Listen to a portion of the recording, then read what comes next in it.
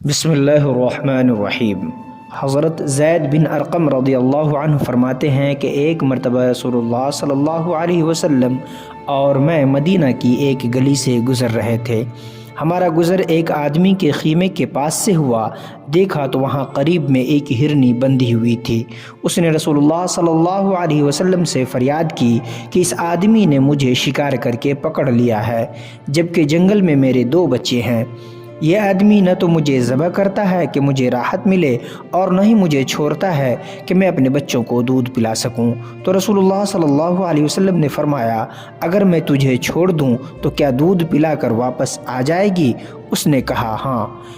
چنانچہ رسول اللہ صلی اللہ علیہ وسلم نے اس کو چھوڑ دیا۔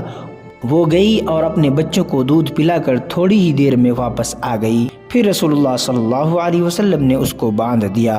اتنے میں وہ آدمی آیا تو رسول اللہ صلی اللہ علیہ وسلم نے اس سے پوچھا، کیا یہ ہرنی ہمیں بیچو گے؟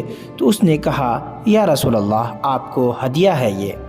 چنانچہ رسول اللہ صلی اللہ علیہ وسلم نے اس کو چھوڑ دیا۔ حضرت زید رضی اللہ عنہ فرماتے ہیں کہ خدا کی قسم، میں نے سنا کہ ہرنی جنگل میں زور زور سے کلمہ شہادت پڑھتی تھی۔